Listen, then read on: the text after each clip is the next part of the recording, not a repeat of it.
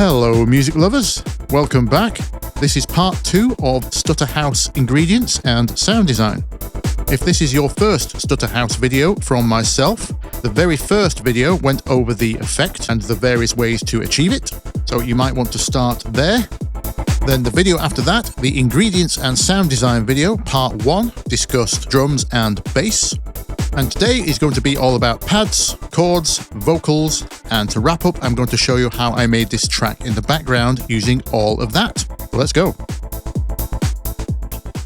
Okay, so pads. Of course, we have pianos.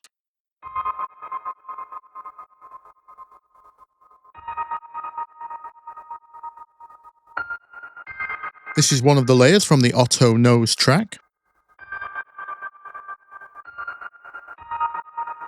Very sparse voicing this, just a couple of notes from each chord. We also have a little internal melody going on. Let's take off the stutter effect so you can hear underneath.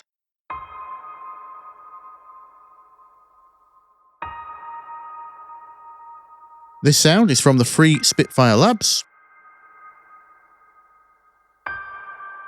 The tape piano library. Of course, through the ever-useful Dragonfly reverb. There's also a piano in the Chainsmokers.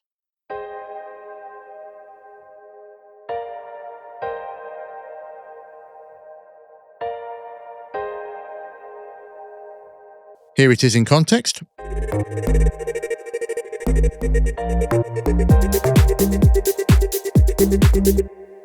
On this channel, I have a selection of various pads I can swap between. On the fret again, I've used Labs textural pads.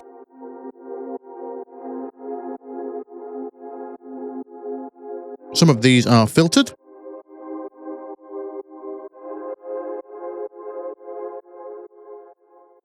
Regarding the harmonic arrangement, you'll often find these pad parts don't contain all the notes of the chord, often leaving the bass note to the bass part.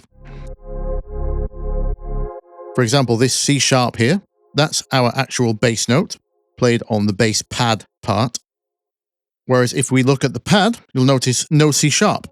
These are just the rest of the notes from the chord. This kind of voicing is really good practice for non-essential filler parts like pads. It can be one way of avoiding a muddy mix because your parts won't be overlapping and stacking low bass notes. And for break sections where you remove the bass, you can always put the bass note back in the pad part, so you still have the complete chord. As for the Dresco pad, this was done in Vital. This looks a lot more complicated than it is. It's just a saw wave with a little bit of noise. Lots of LFOs here, but don't worry, they're not actually performing this jumpy pattern you can see here because the smooth parameter is turned right up. And they're all changing things by very small amounts, like pitch, to get it to wobble around a bit, as if it's on old tape. This patch I have named VHS Oberheim. It's supposed to sound like an old Oberheim on tape, basically. The noise is sent to filter 2. So I have separate control over the brightness of that.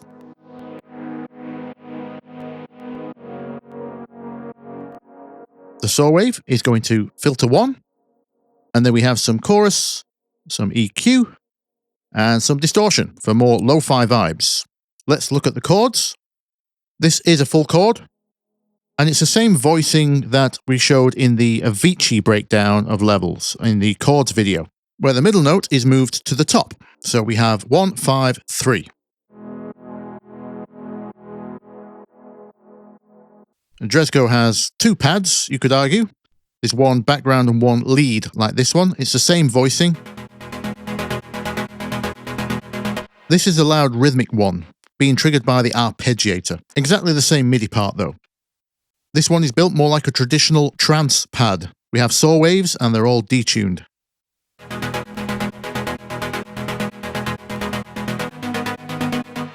There is a sine wave in there acting as a thickener.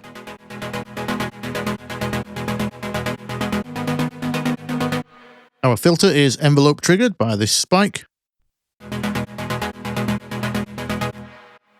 I have some noise for extra texture, again going to filter 2, yet more detune from chorus, and some EQ.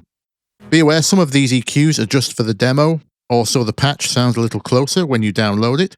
It's usually always better to use an external EQ for proper control.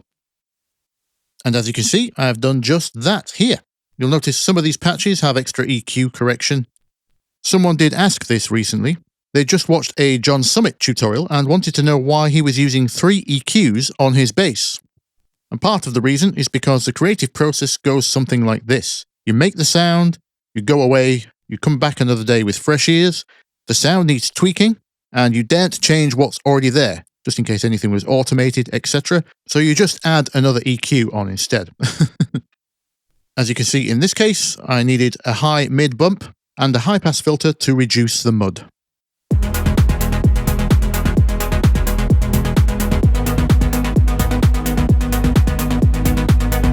As you might be able to hear without it, it's competing too much with the pad bass. Okay, let's look at the pads in the Silk track.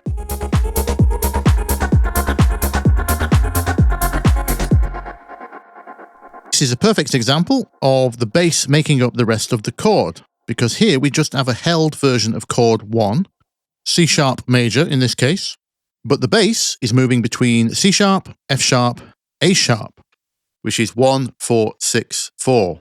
So the pad doesn't change.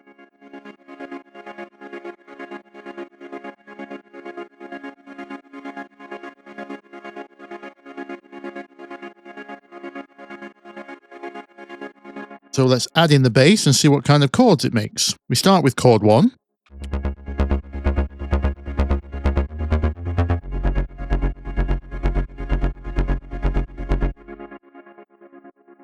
The bass now makes this chord 6. It's now become a 9th chord, but with no 3rd. And it turns out a bass note of 6 underneath chord 1 makes chord 6 7th. And back down to chord 4 9th. If you saw my video on how to chord any melody for beginners, this is what I called the 1-6-4 trick, and this is why it works. It works in both major and minor, and it works because a lot of melodies are centered around the notes of chord 1 in the scale. So swapping the bass to 6 or 4 just means those notes are either already part of chord 6 or 4, or they become extensions to 6 or 4. Let's look at the sound. Let me disable the stutter effect. This layer is an organ, what we call a drawbar organ, specifically Hammond style, and this is the free Hanon B70, an emulation of a classic Hammond. If you haven't used a drawbar organ before, these drawbars affect your harmonics.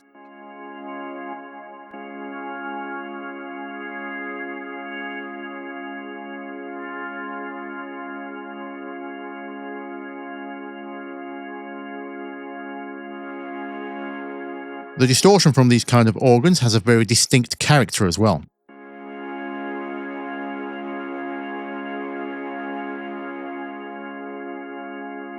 And that's because these organs are typically played through what's called a Leslie speaker, which in real life is a physically spinning speaker.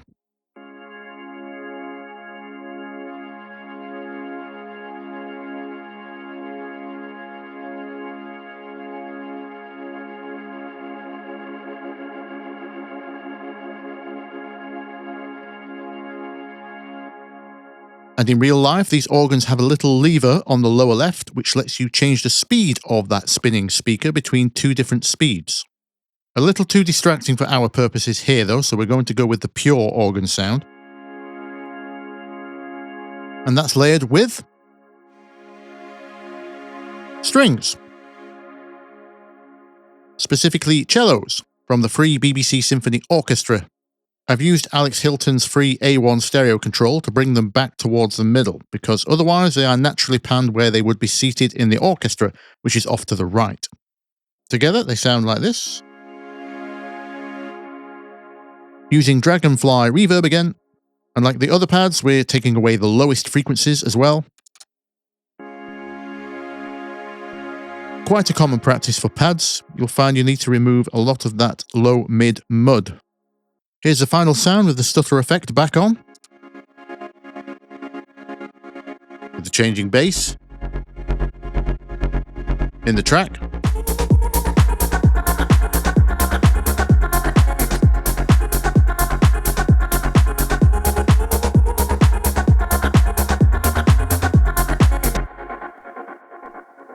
I almost forgot to mention, the other layer for the auto nose track is the labs pad.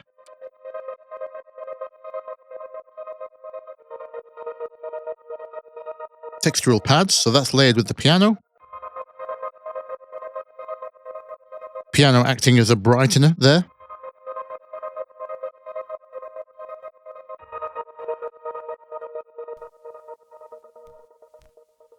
As for the free jack,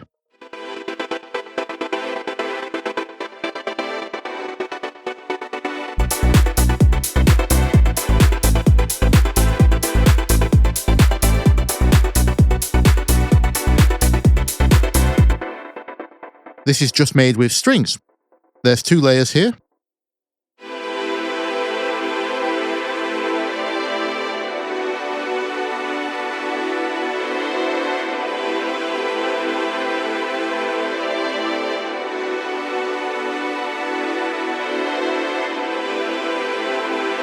Now, I didn't go over the chord progression for free jack in the bass video because you really need to see the chords to get the whole story. At first glance, this looks like chords 1 and 2 in A minor. Chord 1 looking fairly normal, but chord 2 here, chord 2 in minor, regular viewers may know, is usually that weird diminished sound, and we don't have that here.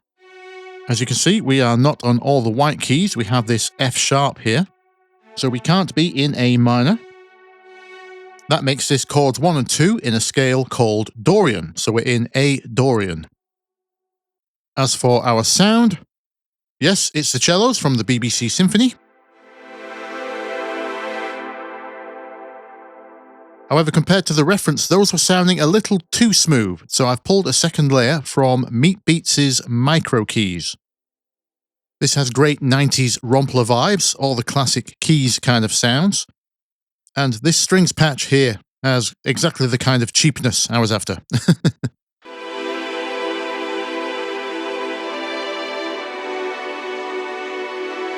It's also mono, which is incredibly useful because a lot of orchestral patches don't normally survive in mono.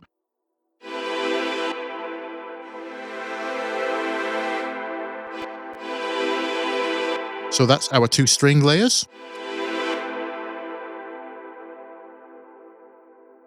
Still using the Dragonfly reverb. Rolling off the lows with the EQ. And I'm using a MIDI plugin to stack an extra octave on top.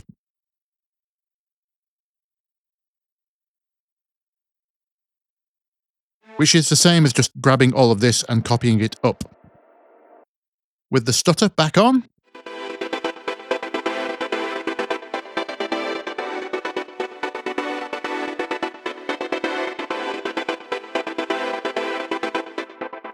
The pads from Bicep, that's just the textural pads patch from the Labs.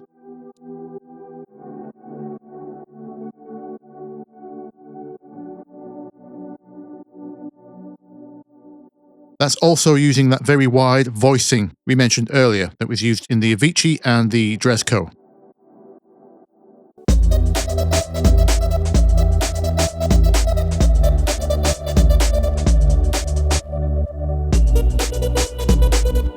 There's our pads. Okay, vocals. So you might be surprised to hear that this vocal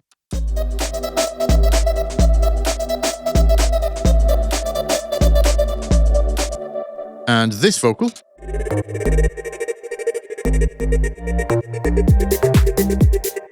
and this vocal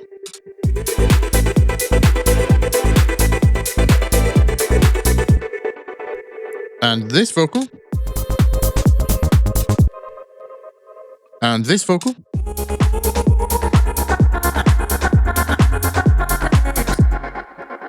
are all the same vocal. For all of those vocals, I simply raided my splice collection in search of the first vocal that had a nice, clean, long, steady note. And the first one I found with one is this.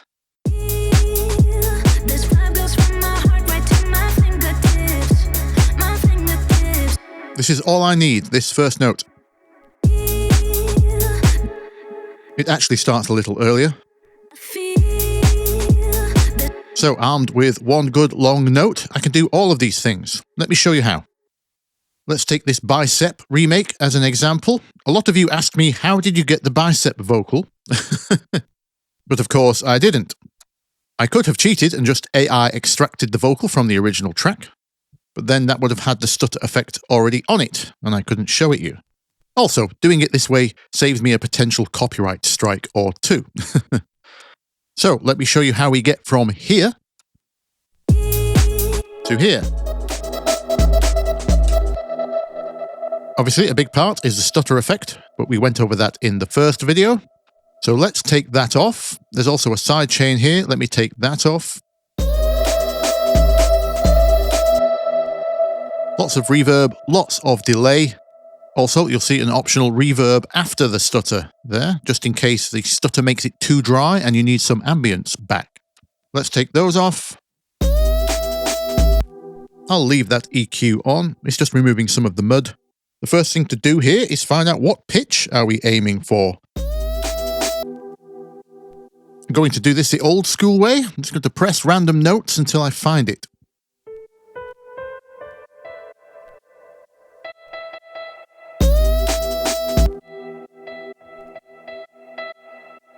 So that's an E.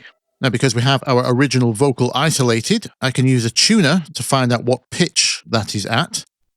Now, if you thought tuners were a guitar thing, well, yes, they are, but they work on any monophonic source, like a voice. Monophonic just means one note at once.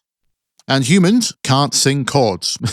Well, unless you count the Mongolian throat singers, we can't. The rest of us mere mortals, are just monophonic. And therefore, this tuner will be able to tell the pitch of this vocal. Okay, so this is telling us this note is A flat. And we need to get to E. That's easy enough to work out. We just find A flat on any MIDI roll, like this. A flat, by the way, is the same as G sharp. Flat means down, sharp means up. So A flat is down one from A. So we just need to know how far from A sharp is E. 1, 2, 3, 4, 5, 6, 7, 8.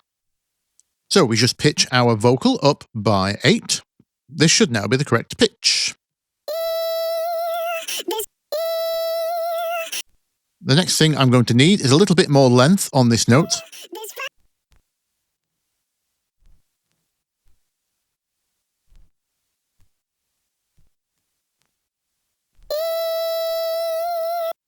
Four beats long, that's a good start.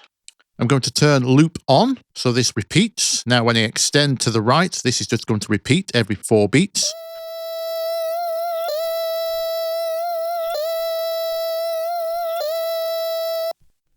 Should be fine. Let's check with all those effects back on.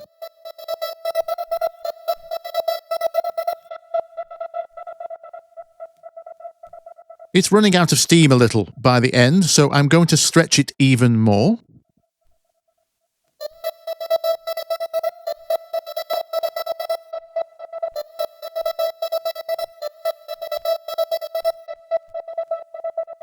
Okay, that's sounding better. And then the final touch, I'm going to make it pitch bend around, like it does in the bicep track. So we can just draw that in here. Now, I know how far to pitch this because of many years of ear training. For some of you, this is just going to be trial and error. In any case, if you are not specifically trying to recreate biceps glue, then you can just go with whatever sounds good.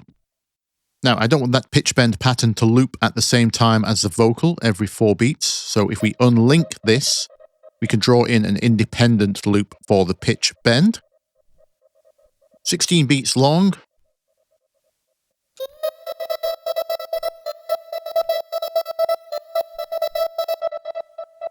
We need to pitch back down by 2 here.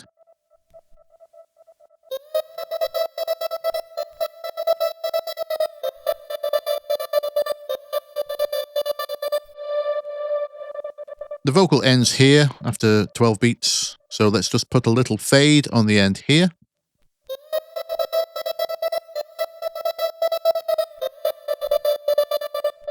Like that. And for the next vocal section, we just copy paste and find the new pitch.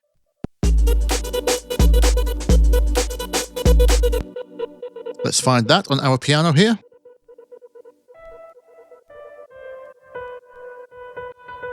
So that's a B. So A flat to B is +3. And the pitch bend is the same shape, so this should now work.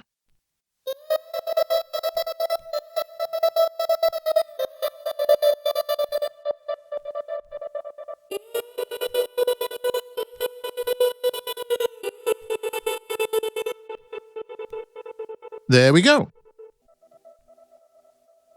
Let's hear them over the beat.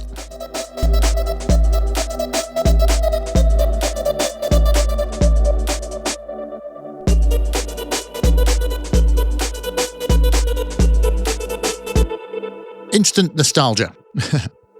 And it's very much the same story for the rest of the vocals. There is one more adjustment I made. We need to talk about formants. Formants are a kind of harmonic structure related to the human voice. You can think of formants as the way we hear the character in someone's voice. You'll know the sound having played with pitching vocals. When you pitch it up, it sounds very chipmunk, and when you pitch it down, it sounds very Darth Vader. That comes from distortion of formants. Whereas if you correct the formants, then the new pitch will sound a lot more natural. You'll see this in good auto-tune software like Melda's Auto Pitch here. So while it's correcting your pitch, it sounds a lot more natural. So why the science lesson? Well, we can use this to our advantage. It's a very common production technique in electronic music. What if we wanted our vocals to sound pitched, but they are already at the correct pitch? Easy. We mess with the formants.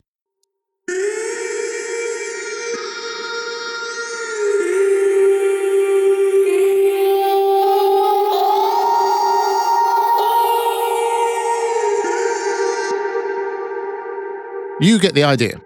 That's formants. Lots of creative options there.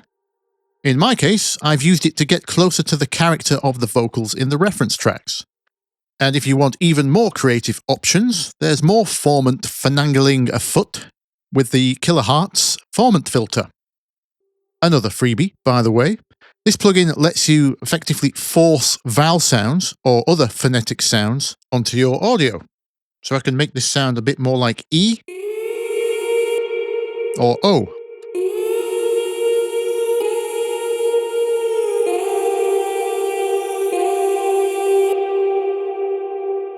So between the pitching, the chopping, the looping, the bending, and the formants, that's how I got all the vocals. As for lead sounds, I will briefly mention them, because as I said in part 1, one of the first tracks I did recreate was Fred Again's We've Lost Dancing, and that has a lead.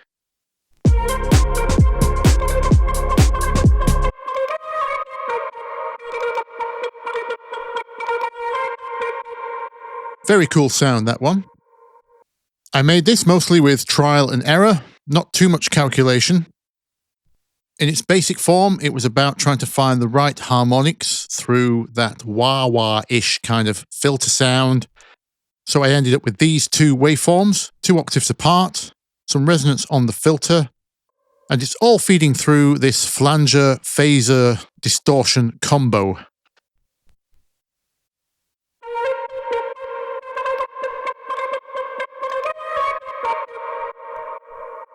Well, that's how I got there anyway. Who knows how the original was made? I'm asking you, who knows? Let me know if you know in the comments.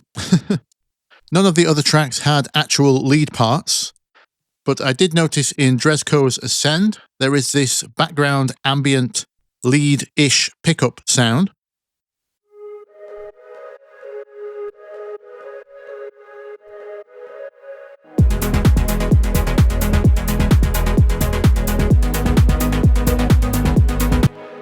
As you can hear, more of an ambient background thing, leaving the pulse pad front and center. I've called this patch Distant Flute. Here's a top sound design tip for you. If you're trying to make flute-ish sounds, then the more hollow sounding waves like squares and triangles are a great place to start. Mixed together with a little noise for that breathy flute vibe.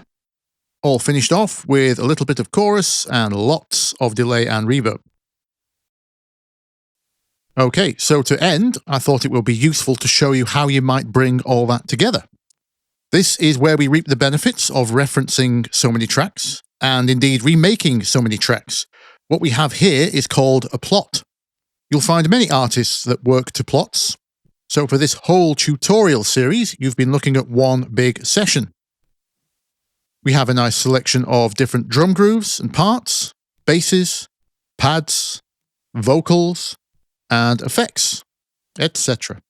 With all that lined up, I can now pick my favorite elements and make my own Stutter House track. I went with this drum beat. So we're mostly swung, 88% here, similar to the Fred Again groove, but less reliant on the break and more leaning on the hi-hats. So for the vocal, I just took little sections, placed them where it sounded good.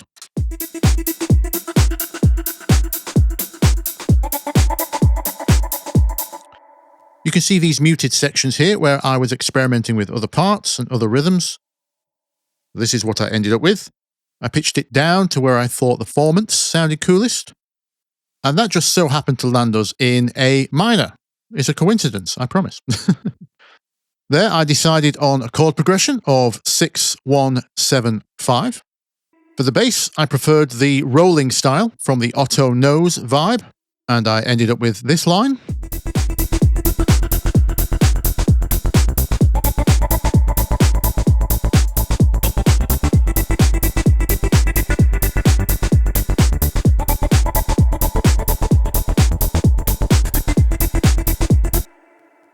So we're staying on the root notes of the chord, 6, 1, 7, 5.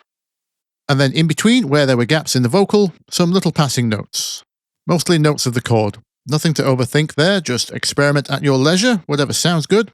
With the chord progression decided, that makes the pads nice and easy. I have used full chords here.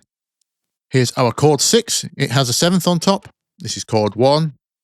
This is chord 7, but it has a 6th on top. See if you can guess why I chose that note. Common tones. They're back. Basically, I liked the sound of that E droning through the entire progression. And for the last chord, this is chord 5. This is also a 7th chord, the 7th note being that D, but I've droned the E on top. The E is our root note anyway, so that's fine to duplicate up there.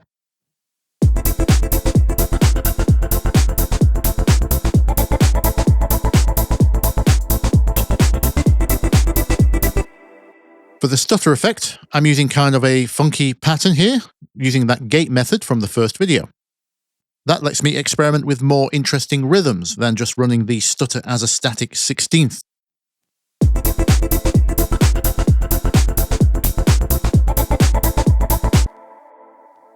I did also put a lead track in. Let me mute the vocal.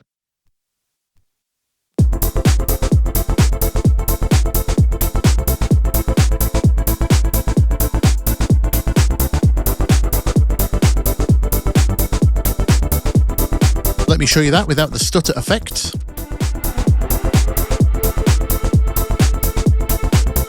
This is the distant flute lead sound I made while remaking the Dresco track.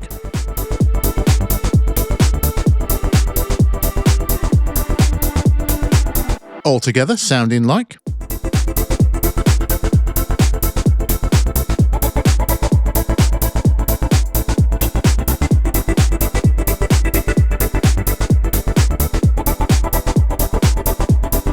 Okie dokie.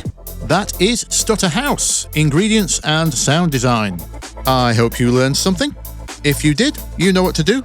Press some buttons to help me out, or leave me a comment, or if you're feeling extra generous, there's a link in the description to buy me a coffee. And until next week, I'll see you in the comments. Bye-bye.